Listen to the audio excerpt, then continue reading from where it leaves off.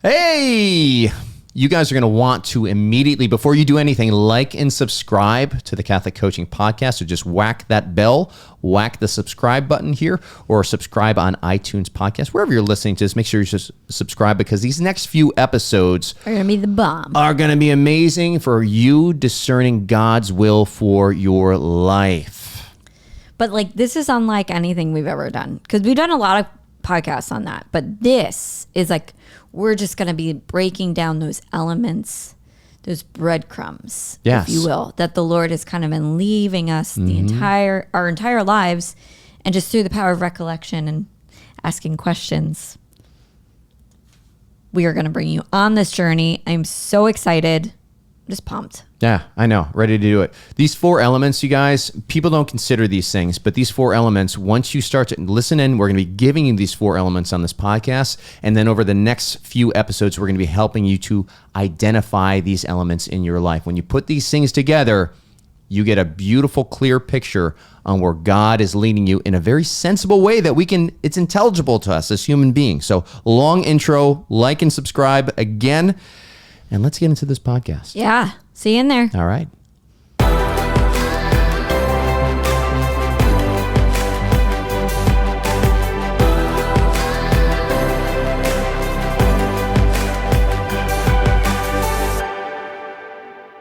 Hello. Welcome back. I'm really excited about this episode here because we get this question on God's will a lot. Yes. Like, how do I know God's will for my life? And yeah. What's my desire and God's desire? When does mine stop and his begins?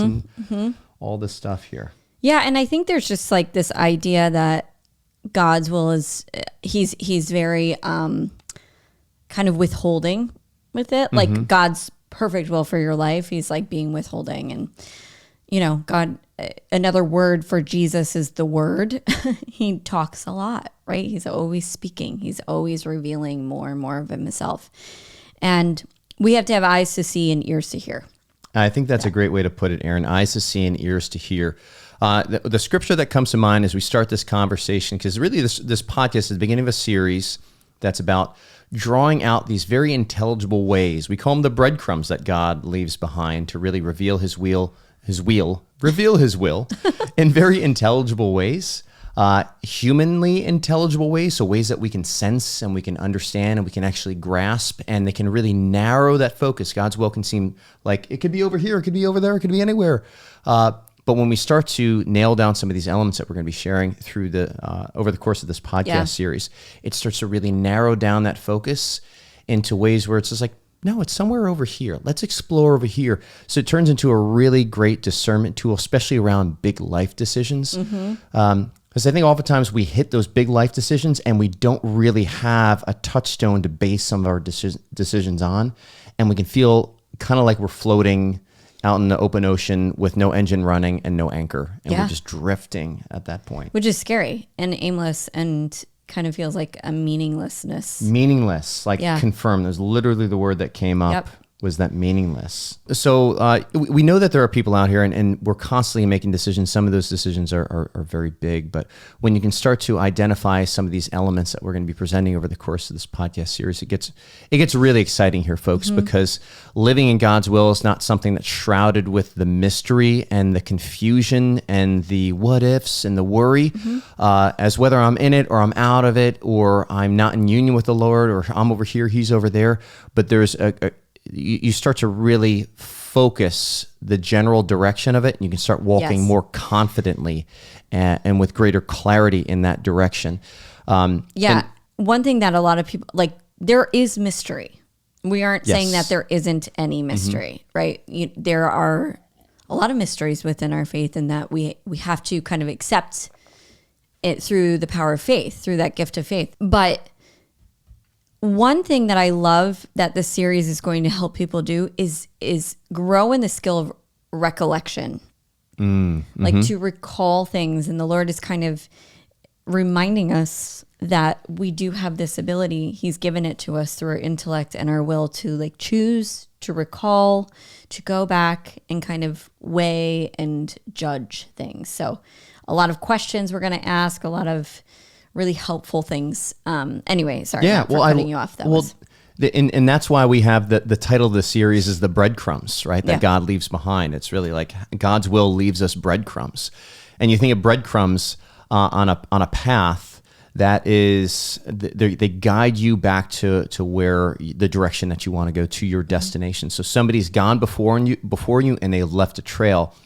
And what Aaron's saying with this recollection is it may be kind of challenging to just find those breadcrumbs going forward, but it gets a lot easier when you can look backwards and you can start to identify breadcrumbs along the way.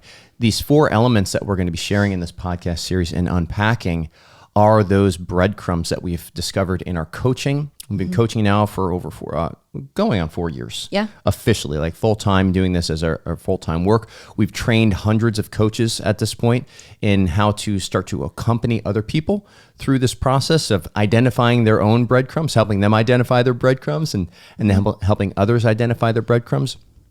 We've also partnered with some really amazing organizations recently, and we're starting to lean on their expertise. Newton Institute being one of those as well. Well, I think that's just Human Formation Coalition. And it's a confirmation too, because you were kind of developing this path with your own one-on-one clients.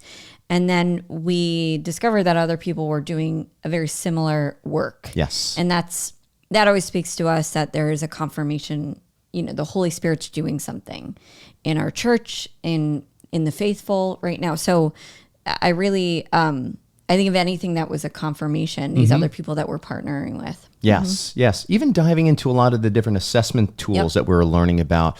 And so we look at things like, some of the assessments are M-Code or Impact are some great tools. Strengths Finder, certainly I'm certified there. Temperaments, we lean on very heavily. But there's a number of different assessment tools, but like, what do those things kind of reveal to us? And how do those start to kind of even enlighten some of those breadcrumbs, those elements that we're going to be unpacking here in this series? So, a lot of great things. Get excited. You're going to be learning about yourself. You're going to be getting a great tool, like Aaron said, a great education in how to recollect on some of these 4 elements, these 4 breadcrumbs, and it's going to give you greater clarity going forward on this. So, yeah. And one thing too, I wanted to add, like everything that we talk about here, and if you guys like our podcast, great, write a review, like it, hit the subscribe button if you're watching on YouTube. Whack. But also, like, we take this work, everything that we do in the podcast, so much deeper in our academy. Right. Yeah. And we really help people develop that habit of thought, of that habit of the intellect, the habit of the will, and in our academy with coaching. And so I just wanted to kind of plug that, because if you like what you're listening to and you want some extra help, there is a place for that. Yeah, you were not meant to do this journey alone at all. Like, in fact, God has designed it so that if you try to do it by yourself, you fail. Right? It's contrary to what it means to be body of Christ. So we're leaning on one another because, that'll be clear here as we go through these 4 elements. So I'm excited to get into. Thanks for plugging the academy, babe. Let's get into this. So what are we focusing on in this episode? It's really an introduction to these 4 elements. But I kind of even want to discuss a little bit of the language that we're using, why we're calling these things elemental. We're going to explore just the what of these elements, the interplay of these elements, and then what we're going to be doing with each one in each of the subsequent episodes, unpacking each one individually in the series here. But even this whole concept here, if we just start here with why use this word elements, right? We're kind of using breadcrumbs interchangeably. Yeah. So I really love, Erin brought that up, her great ideation. She makes everything fun too. Is just like, it's a great analogy, right? Because it implies that you're on the move. Those breadcrumbs, you're a pilgrim. You're a pilgrim. I love it. Yes. And something I read recently about a pilgrim is a pilgrim doesn't necessarily know what the exact destination is when they step off. It's interesting. They know it's in that direction, and so they start moving. Yeah. Yep. So even a pilgrim that's walking like El Camino. Yeah. Right. Sure, they may know with their start point and their end point physically on the map. But where does God take them? Yes. Like, where is that transformation? What is that transformation that happens? And yeah, I love it. Awesome. So when we break things down to the elemental level, like we're getting down to the point where you can't necessarily break things apart any further, right? So when you think about the elements in the periodic table, they're foundational elements. And so that's what we're talking about here. When we talk about these 4 elements, it's something we glean from our coaching. When we start to identify what these elements are individually, when you start to look at them collectively, they paint a really clear picture about what God is doing in your life, what the enemy is doing in your life also, the direction, what decisions are going to be best for you, best for your holiness, best for your happiness, best for your contribution and the impact that you make on the world. And so identifying those elements, I liken it to even building out the elements of like we call it a baseball card, right? And so what I started to do as we started to identify what these elements were, I started to create a 1-pager. Like as the coach, yes, so for my clients. So you were taking people through kind of a way more in-depth version of what we're going to be going through in these podcasts. Yes. Okay. But it was, even as I was going through it, I was realizing, because I was trying to just arrive at these 4, at like the answers to these big existential questions. And those big existential questions that I was trying to get answered are, who am I? How do I operate? What impact do I make on the world? And then what is my mission? So those are like 4 big existential questions that if you just approach those things head on, kind of daunting. Yeah. A lot of time people run the other direction and they hide behind, I don't know. Just to clarify, are those questions from the Newton Institute? Yes. So we went through, just recently, the Newton Compass, which some of these elements have been taken from that. Some of them are our own. We've married the 2, and we love working with Rick Newton. He's awesome. Rick Newton, Joe Sannon over there. They're awesome team. And so I loved those questions. They took us through it for Mennonite Catholic, which was so profound and helpful. But it can be taken, you can go through this on an individual level too, which is what you were kind of doing alongside of this. And then we went through the Newton Compass. We were like, wait a second, this is like really similar to what you've been doing. Okay. So I'm putting all of this together. Yes. So those are those 4 existential questions we pull from the Newton Compass, the 4 compass points. And we'll probably have another podcast where we're going to have Rick on at some point. That'd be awesome. To explain it. Because we're working with him to really deliver this. It's a great tool. But those existential questions that can be somewhat intimidating. Who am I? How do I operate?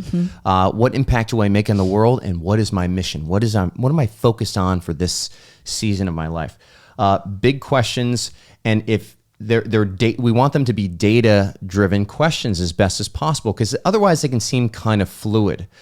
But the data that helps you to make those answer those questions kind of in a way that is more confident, I'd say, are these 4 elements, right? And so these are all the things that as I was coaching people, I started to just kind of fill out these elements of the baseball card, right? That were my touchstones. And it got to the point where it was so easy to coach people because I knew how these elements worked in their life uniquely with them, and we can constantly refer back to them, and then they were able to start referring back without me being there to guide them in the process. I know I'm making a lot of connections, so correct me if I'm wrong. Do it, babe. So ultimately, when you start answering these questions through understanding these elements, would you say, I mean, obviously, like the greatest thing is like you're listening to God's voice. That would be like the greatest result that you get from this. Or you're just kind of recollecting and being like, okay, this is a theme, this is a pattern. Lord, what are you speaking to me in this place? But ultimately, don't you think in a practical human sense, it really helps you make better decisions?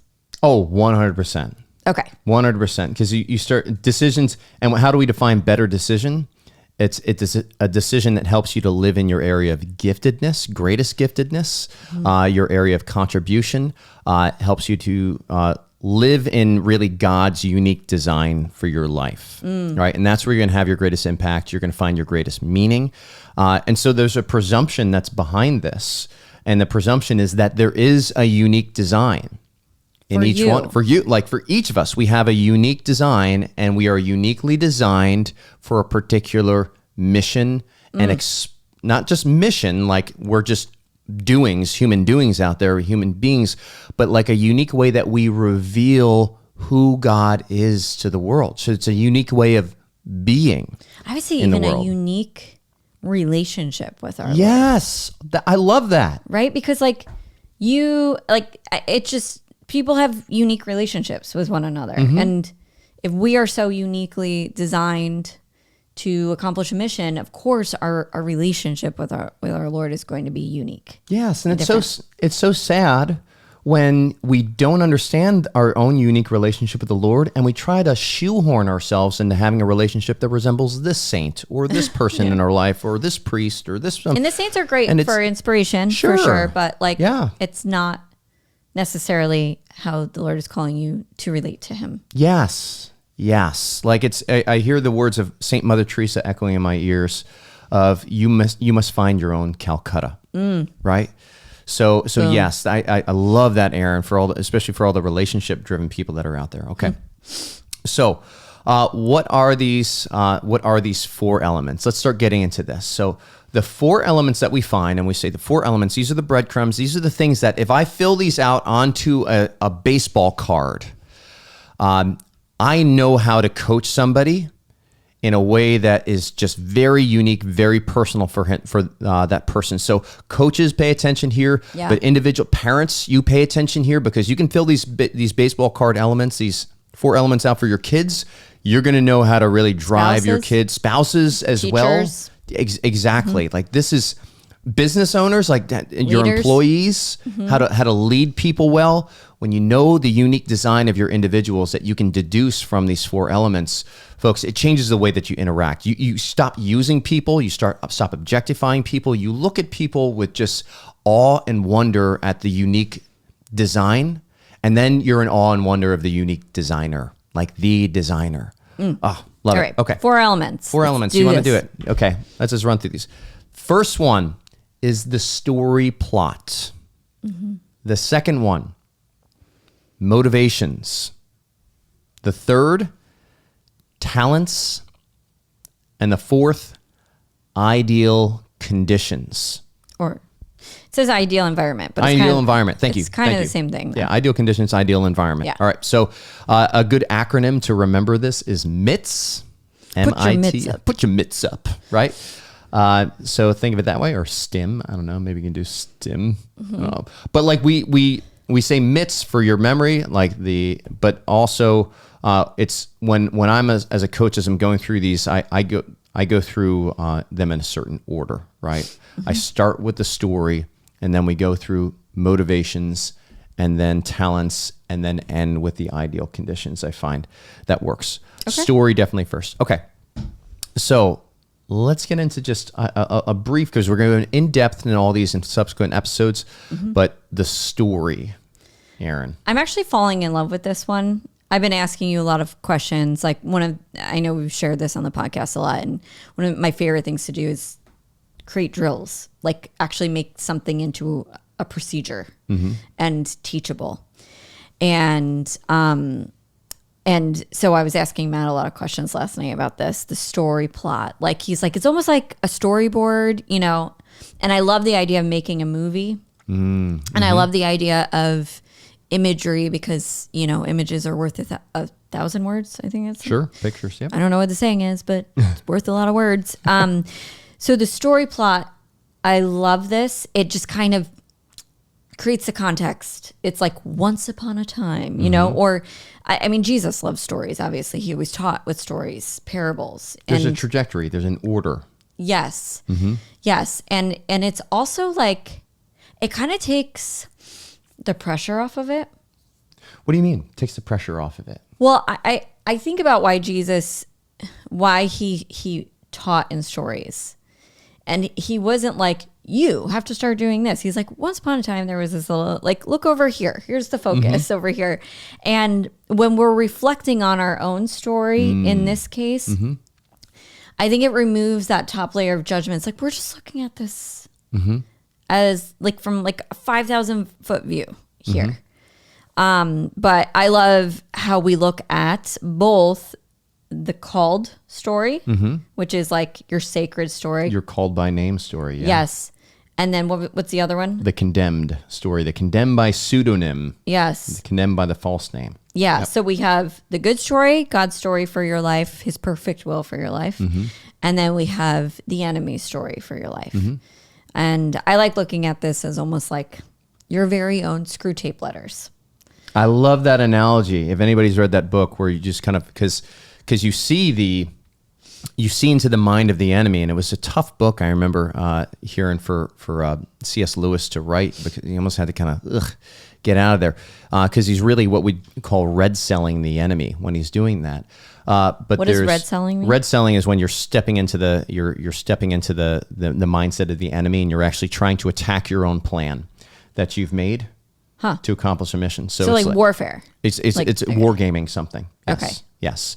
And so when we look at story plots, we look at the story that God's writing, we look at the story that the enemy is writing, and both, you may be thinking like, I don't want to get in touch with the story that the enemy is writing. No, that is important, because we live in a world at war, and if you don't recognize the patterns that the enemy is attacking, how the enemy is attacking, you'll get ambushed. You'll continually get ambushed again and again, and you'll be on the defensive constantly and on your heels, where you could be taking the fight to the enemy and resisting the enemy, and he will flee from you. Ooh, I love that so much. But also, like, okay, so it's like you'll be on the defense the whole time, you'll like exhaust yourself, but also there's like intel within his strategy. Yeah. You know, like he doesn't attack things that aren't strategically significant. Yes. So that's interesting. Yeah. So stay tuned for more of that. We'll get into achievement stories with this as well. But also, like, it's reflecting on what character you're playing, especially in each one of those stories. So leaning on a little bit of Don Miller with that. We've done some podcasts on story brand in the past. We'll bring that back. But one more thing about achievement stories. Can you just explain, because that's Josh Miller from M-Code. Yes, Josh Miller, right. M-Code. What they've done with M-Code, and that's one of those assessments that we can... motivation code. Motivation code, yeah. But so much of those achievement stories, what they've done uniquely with that assessment is most assessment tools are just a bunch of multiple choice questions that you're answering. They've actually taken a narrative form and been able to really make a scientifically valid assessment tool for understanding people's motivations. So it's a neat tool that's out there.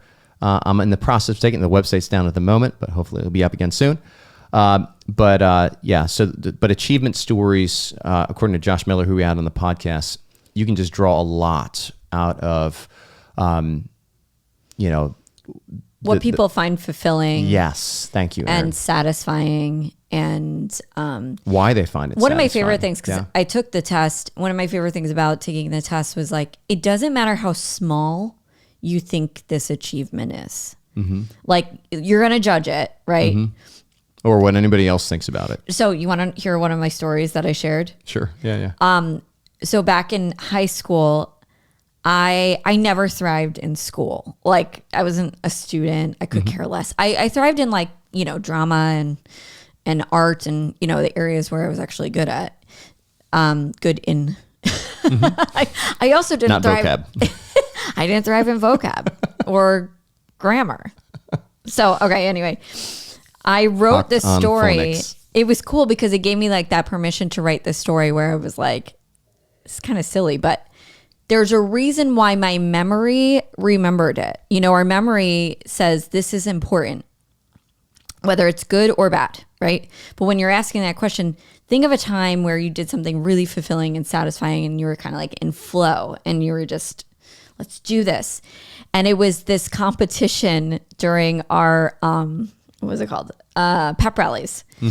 And every year it was a lip sync competition, and your entire class would come together and like create this like dance and this lip sync and all this stuff.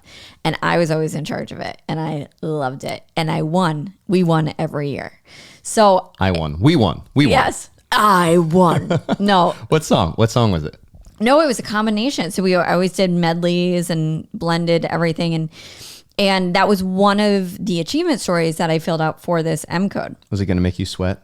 by CNC Music Factory? No, you're going way back. Like you're dating me. So that I was roller skating, when I was Guptles. in 5th grade doing that one. So anyway, that was one of my achievement stories. And what it kind of pulled from that was this desire to be unique and this desire to influence others. And then this desire to teach.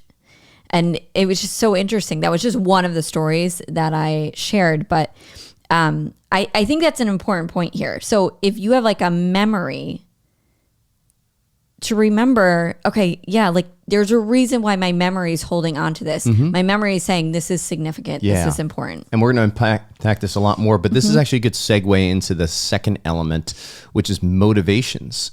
Because that's what the M code is, actually discovering those motivation codes. But it's like, where do you get your dopamine hit? Yeah. That's kind of like what we're looking at here. And why is it important to look at our motivations? Our motivations get us into action. Our stories give us context, and they give meaning also. That's one of the things I think why the story is so elemental because it gives meaning and it gives context. So we can often see things in isolation, just certain events, and be like, oh, that was so meaningless. But when you look at it over the grand scheme of things, it's like, oh, wow, that was actually, I can see how this fits in the narrative. Almost like you're looking at it from a very high view Exactly. of the battlefield. Yes. Of like your entire life story. Yes. But I like starting with the story because it actually starts to reveal some of these motivations as well. It makes it easier to reveal some of these elements that we can draw from. We can refer back to it. So the motivations are important because they start to get us into movement. Okay. Faith without works is dead. Right? So works, we want our faith, our belief in God, and our knowledge of God to be made flesh, that word to be made flesh in and through our bodies. The body reveals the invisible reality of the person, as we read in theology of the body, and what is spiritual and divine. So there is a revelation that's taking place, and the way that our body reveals things is it gets into motion. We smile, we pay attention, we look at somebody, we build skyscrapers, we create programs, we write books and all kinds of things. We hold babies, like we do meaningful things with our bodies at that point. But we have to get into motion. If we don't know our unique motivators, and you do have unique motivators, there are ways that you are moved into action that other people are not necessarily moved into action. So when you start to discover those things, you can start to lean into them and start using them and avoiding those areas that they just don't motivate you, even though they motivate somebody else. Do you have an example of like a story of this? Well, I think of even one of my clients recently. I was working with this person and they were telling me just how not motivated they were to take a particular step that we had talked about. Yep. And when we already filled out the baseball card, and it was just like, okay, well, let's just pull this baseball card out and take a look at your actions and take a look at your intention. What's driving you? What's the motivation that you're trying to fuel. Yes. Yeah. Like you're trying to fuel you into these actions. What we found was this person was doing the opposite. Not using this at all. They were trying to find they're trying to motivate themselves using something that perhaps they thought should motivate them. Yeah. And it just wasn't working. And when we are able to lean into say, okay, let's draw from this pile of your unique motivators that we've been able to identify over the course of a couple of weeks, a couple of months actually, and refer back to your achievement stories, and you can really claim these things. How can we bring these to the forefront? It's like, oh, okay, all right. Yeah. And it changed everything. It's what triggers desire, and gets you into movement. Yeah. Yeah. And so like in desire. I love that you put that desire. Yes. Desire means movement towards the thing that you want, right? Like that is actually, if you guys listen to our podcast before on all of the emotions, that's what desire is. It's a movement towards it. So it triggers desire. I think it also helps you to understand when to say yes and no. Like it kind of gives you that permission to be like, like this is like moving me and this isn't. I think it's also super helpful when you know what demotivates you, what like does not motivate you at all. Yes. And so the demotivers, and that's one of the things that we're going to be exploring, on that motivation podcast. We like looking at the dark side and the light side of each one of these things. So like in the story, we're going to be looking at, the called and then the condemned story. We're going to be looking at the motivators and the demotivators and all the other dark and light sides of things. But to counter a little bit here is you said it helps guide your yes and your no. Motivation really deals with, and you share this a lot, and I think I know what you mean. I think there's other elements that guide the yes and the no a little bit stronger than motivation. More so, because motivation is something that is emotion, like emotion, movement, and you can choose to lean into a motivation or find motivation in any situation. Yes. Like you can choose that. So you can summon these motivations all the time. You don't have to wait for them as if they're circumstance-based. Yeah. Right? Yeah. Okay, I see what you're saying. Yeah, I think the other ones kind of definitely help you with your yes and no more. But this one, it's like, for me, it was almost like a life hack when I found out what motivated me. It was like, oh. And then, you know what it was? It was permission to not be motivated by other things. Yeah. Like I'm motivated by fun. That will never change. Like, I'm kind of motivated by it. Like, when I'm 85 years old, I'm still going to be motivated by fun. That has never changed in my life up until this point, and it won't. And so for me to try to fix that, for me to try to change that and put all this energy towards changing my motivations, like just use it. Use it for, to build something great, use it to grow in holiness. Yes. Did you know that like you had permission to do that? So yeah. All right. Got it. Awesome. Okay, so that's the motivations, and again, that gets us into action. So the next element is your talents. All right, so we can expand this, the talents, the strengths. Why is this important? I think this is really the thing that helps you say yes. Not just say yes to the things that you should say yes to, but I like framing it as say yes to those things that you can 10x. Right? When you are operating in your area of talent, you can have an impact and an effect because of your unique design and the dunamis, that power that God has given to you to fulfill that unique mission that will blow away people that have not given it, right? So I like looking at it as it gives you permission, or it helps to guide your yes to those things that you can 10x and your no to those things that somebody else is meant to 10x. Yeah, I was just listening to this interview this morning, actually, and they were saying, they were talking about goal setting, but they were like, in this phase of your life, when you set this goal and you're like pursuing it, what are you willing to be terrible at? Yeah. And on the other side of this, it's like, and they gave an example. It's so funny because Matt and I had this conversation just recently. And they gave an example of this person who like just chose to be terrible at emailing people back. And that is me. I'm like, I've just chosen to be terrible at emailing for the rest of my life. I'm starting to choose to allow that. But all her emails are forwarded to me, by the way. Yes. But I think that's another thing, that when you understand the talent and where you want to kind of like 10x your effort, and 10x God's grace overflowing through you, you also have to choose like, all right, I got to be willing to be bad at this. And this was just an interesting point. The whole conversation was based off of companies that were meh. They weren't successful. Everybody on the team wasn't choosing to be bad at something, like wasn't choosing to be terrible at. They all try to be like, excel in an area and then be fine in other areas. And it's like, no, just excel and then say like, okay, this right now, we're just not putting effort towards that, energy towards that. We're going to let it be a gap. And I love that because I am part phlegmatic and I like things that are kind of easy. And this is where I love, I think Clifton Strengths is just a tremendous assessment tool. I got my certification in that. We have the podcast, the Living in the Virtues of Your Strengths podcast, that unpacks those talent themes. And we wanted to create a resource for Catholic organizations to be able to look at the strengths not just as tools and how you operate in a team. That's amazing things that are there, but also how to live them out virtuously in ways that grow your virtue, your holiness, your kingdom impact. That's a whole different. That's like 10x. That's like 1,000-fold because God's grace shows up in those virtues. But also, what I love about it is like like you have your talents, and then you have like your anti-talents, your weaknesses, or whatever. Yes, that's important here too. What I love about that is, and you've always talked about this, but it really helps you expand, that communion of saints, like to say like, okay, I like really am terrible at this. Yeah. Hannah's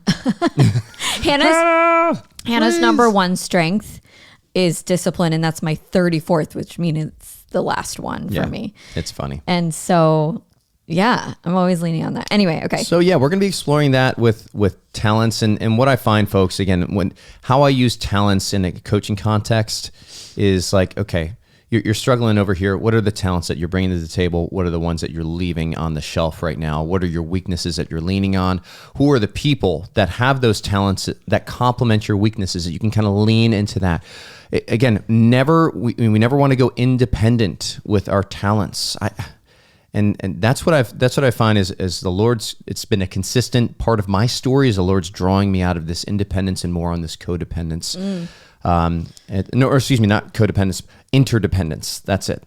More on this interdependence. It makes sense with the word dunamis that you use. Like anytime, like that is actually one of the most used words in the Bible. You might want to fact check me on that, but it is a very. It's used a couple of times. It's used like a ton of times actually. It is in there, yeah. But not most. I don't know. Probably love or something. God is probably the most used word. Anyway, what I love about that is God's dunamis, like that power that they talk about, that strength is always used to build up the kingdom of God. It's not like, so it's through relationship for relationship. Yes. Yes. And through relationship for relationship, man cannot know himself except through the sincere gift of self. And so that sincere gift is like, I've taken this talent, I've taken this dunamis that God has given to me to steward, and I am distributing it accordingly, as based on the needs of the people. I think of Joseph, Old Testament Joseph, being the head steward during the famine, and he was distributing to people what they needed at the time that they actually needed it. It's where your cup overflows. Like, yes, if you like pictures, that's where it's like the Lord is just like, shh, and it's just overflowing. Yes. So, that analogy of just like 10x, folks, you can't 10x everything, but there are some things. Everybody has something that they 10x. They just through the roof. They're incredible at it, and when we live in that, it's living in the zone of grace. And again, that's why I think it's one of those elemental levels. Elements of really understanding God's plan for your life and his will for your life. Okay. And this fourth. I like this one. Yeah. The ideal environment. Yeah. Tell me why you like it. We kind of changed this. Like, this was kind of inspired by another worksheet, and we created this worksheet that actually involves a lot of these elements for the temperaments. And it used to be called needs, like this section, ideal environment, needs. And I did not like that word needs, because I was like, yeah, I mean, I guess, but like, it seems kind of like dramatic, like I need this. But it seems kind of victim-y. Like if you don't have it, you're powerless. A victim. Yeah. Yes. Yeah. And what I like about ideal conditions or ideal environment is like, no, you can do things in things that are not your ideal environment, whatever. Like the Lord has given you this right, like an intellect and a will and grace. And if he's calling you to do that, he will give you that grace. And at the same time, there are environments or conditions that help us optimize that dunamis, right? Yeah. Those strengths or those talents. And it's so helpful to know what those ideal environments are. Yes. When I think about how God's will works, it's not just to transform something in us, but it's meant to make his kingdom present on earth as it is in heaven. So there's an environmental change that it is meant to usher in as well. So when we're living in God's will, it's not just we who are changing, but we are changing the things around us, right? By God's power, we're starting to change. And so when you start to identify these ideal conditions, it's kind of like making straight the way of the Lord is what you're doing. And so it's not just making straight in your own life for God's grace to work in you, but also inviting other people to partner with you and making straight the way of the Lord for His grace to work in you, but also to work in them.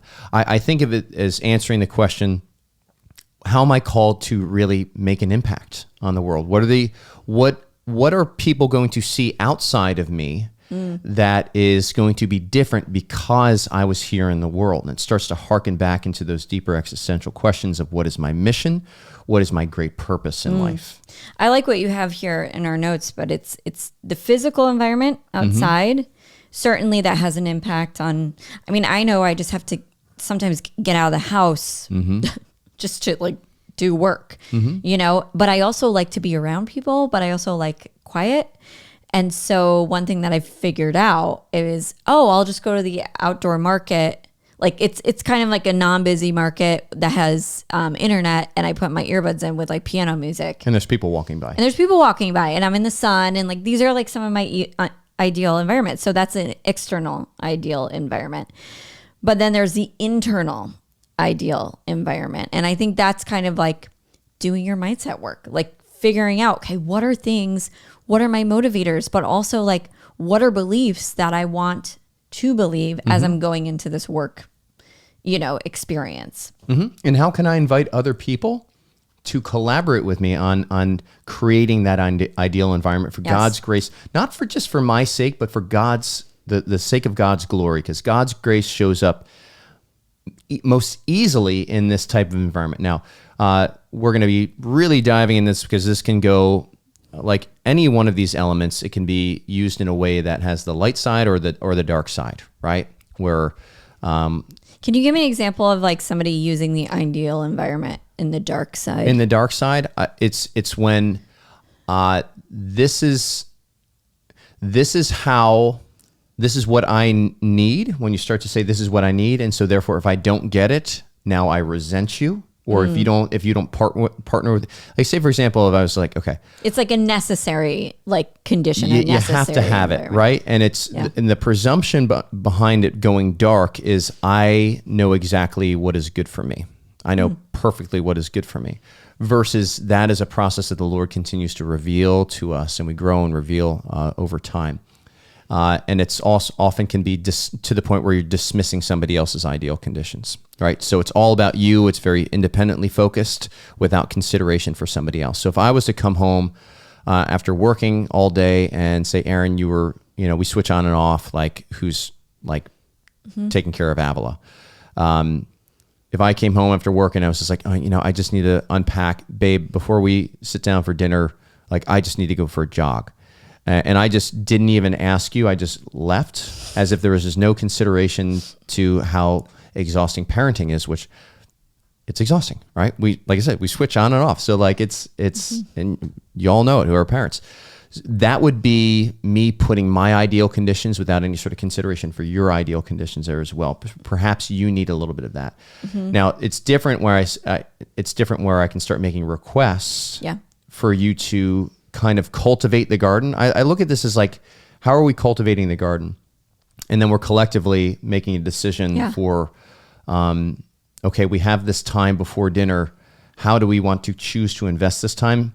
And I think of it even similarly to Acts of the Apostles, where everybody, the new Christians come and they leave all of their gifts and everything at the foot of the church, and then the church doles it out based on people's needs. There's kind of even a stewardship of the time, and sometimes you're just stepping outside of your ideal conditions to make space for somebody else to step into theirs. But it's always a reciprocal gift back to you as well. Like, because there's a charity that's taking place, which that really is the greatest ideal conditions, when God's charity starts to reside in you more. Is that making sense? Yeah, no, I think it makes sense. I think something that you said earlier was helpful too, where it's like, it becomes the dark side when it's like, I need this or otherwise I can't do it, and that's like very victim-y. And also probably not true. So yeah, it's I think that's kind of where it can get almost over, like you need, like it becomes an ultimatum too. It's like, you need to be doing this for me. This is an ideal condition. I remember coaching a young couple back in the day, long time ago, probably even before I was a coach, but like really kind of mentoring and helping. And it was just funny when they would use like boundaries as like ultimatums.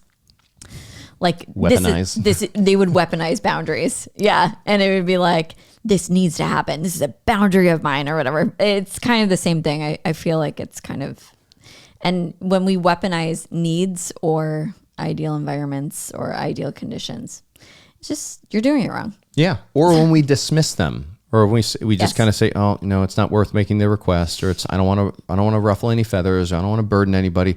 That also doesn't really work. We're gonna be getting much more depth into that when we get to the actual episode on this.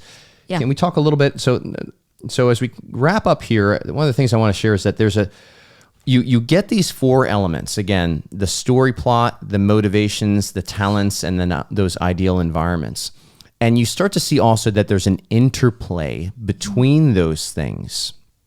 And so you find when you're in your ideal environment, it's easier to settle into motivation when you're in your ideal environment. Mm-hmm. For example, you talk about going to that ideal environment of the coffee shop, sitting outside, you're in the sun, and then I imagine you feel much more motivated to stay focused and do the work. Yeah. Okay. So as you're saying the interplay, this is the picture that comes to mind, and it's half baked. So do it. Yeah. So bear with me here. The story kind of creates the map. Okay. And it's like, here's a destination. Here's like the called story. Here's a condemned story. Like your goal is to stay off of the condemned story path. Yeah. Called story leads to heaven. Condemned leads to hell. Right. Okay. So, and then you have a car. Mm-hmm. Okay. And the car is fueled. Mm-hmm. Motivation. By motivation. Mm-hmm. And if you put orange juice in the fuel tank, or water, or something that is not fuel, or something that is opposite of fuel, mm-hmm. like I don't know anything about fuel, but like I'm sure you probably don't want to put diesel in some type of car. Regular. Yeah. Yes. Yeah. Okay. So that's the motivation. That's the fuel of how to get on this path. And then there's like maybe particular cars have particular features that they do really well with. I don't know. Mm-hmm. that's the strengths. Like I said, it's like half baked.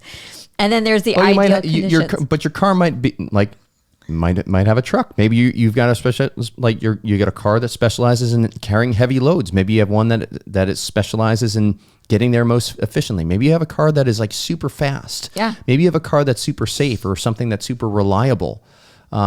Something that can seat lots of people. Maybe it's a bus that you've got. So like that starts to get into your unique talents. Yeah. And then it's like there's certain terrain that I guess your car could do better on or thrive in. Yeah. So like I'm not going to go take my Hyundai into the desert and drive on sand. I'm sure there's other cars that could do that. A tank can do it. A tank can do it very well. So that's my picture. I think that's a great picture. There you go. Aaron, there you that was go. very fun. Literally, that just happened. Inspiration. I did not think about that. That's her ideation, right? That's her ideation car in action. I need to see pictures in my mind to understand things, and that's how they all play together. So like these are all elements to get on the right path and get to your goal. Love it. So those elements, they all play together. And that's the thing that I love having on the coaching stories of high connectedness. So when I'm coaching and we're able to identify the story and how it all plays together, it's not just like, oh, I'm using this motivation. It's just like when suddenly you get to all of your ideal conditions, your unique motivations, your unique talents, that story, when those things all converge, it's like people just move because they're excited and they're just like, this is mine. And it's like it's beautiful to see happen. That's it. Yeah, and there's a joy, there's a gratitude that they experience. It's beautiful to see too, their relationship with the Lord, who is calling them on this. Yes. Transform. Like that's kind of my favorite thing. You know, I don't know if this is a real quote by her, but it was St. Teresa of Avila. It's like, Lord, deliver us from these, what was it? These gloomy, sour-faced saints. And I'm like, oh, you know what? We wouldn't be sour-faced saints if we knew this. Yes. Yeah. That's why I think this is like going to blow up, especially for a church that needs to be missional, right? Christendom doesn't work anymore. The Christendom model for growing the church doesn't work, right? We need to be missional. We need to be going out. And when we start to identify our fuel, our car, the ideal terrain, and the map, boy, oh boy, you've got your unique mission, your great purpose, your core values, and who you are. Right there. Oh, beautiful thing. And it's not just who you are here, it's who you are for eternity. You get to be this person for eternity. That can start now. We can start living in this called by name story now. Are you guys ready for this? Yeah. I'm like so excited. I'm like, and you may be thinking like, we haven't even built out the entire thing, but I'm like really excited to just build it. You may be thinking like, oh man, what if I get it wrong? Like, what if I get God's, and that's another thing. It's like people think they got to nail God's will right off the bat. Okay, well, like, then why did he give us confession? Why did he give us reconciliation? So also, you're like, you're not nailing it just by thinking that. Like, hashtag not nailed it. Yes. Hashtag opposite of nailing it. I know that's a long sentence, but. Well, it's like, and what we're getting to is God's perfect will and his permissive will, right? So let's draw some distinctions here real quick. Perfect will is, yes, like if we're responding without sinning, we look to the Blessed Mother. She always executed God's perfect will. Jesus always executed God's perfect will. But the permissive will is what God always, he allows us to stray from that path of the perfect will, knowing that a greater glory can come from it. Yeah, it's the called story. It's the called map, like the called route. And when you get off of it, it's just kind of like detour, come back, you know, like recalculating. Yes. Yeah. So that's there's that picture again, but that's really how I see that being. So like if we were to stay on that called route our entire life, we would be living in God's perfect will our entire life. Yes. But there's many times where we are not. Yeah. And you won't. I guarantee it. Unless the Blessed Mother is listening. Okay. And what we're going to be doing in each one of these podcasts is we're going to be just helping you to better name these things. Really, the process I'd love to take people through that is way beyond what we can do on a podcast is name it, claim it, tame it, and aim it, because we're talking about the dark side and the light side of each one of these elements. But you're going to be able to start to name throughout the series, you know, where or understand how to start considering you're called by name or condemned by pseudonym. I would say name and discern. Yes. Name and discern. Kind of your own. Unique motivators, demotivators, your talents and your weaknesses, and then finally those ideal conditions and those unideal conditions where it's just like, oh man, I need to get out of this right now. Yeah. Yeah. Cool. That's the journey, guys. That is it. I am so excited to go on this journey with you. Yes. We got much more. I think this is something that is going to be... we may just even create a coach training around this. We might. we might because this can just keep growing. It's so needed, and it's so like in a world right now where we are really suffering with aimlessness and meaninglessness. I think this is one of the remedies to it. Yeah.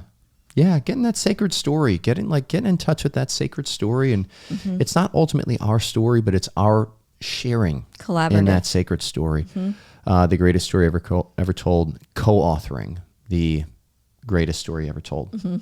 Cool. Guys, stick around. We cannot wait. We're going to get into story next week. So we'll see you then. All right. Like and subscribe so you get notified as soon as that podcast episode drops. And also check out the Living the Virtue of Your Strengths podcast. A little plug there. Go to CatholicCoaching.com if you want to check out the Academy as well. Bye. Bye. Hey, thanks for sticking with us in the Catholic Coaching Podcast. If you like what you heard, please like and subscribe, and we'll see you again.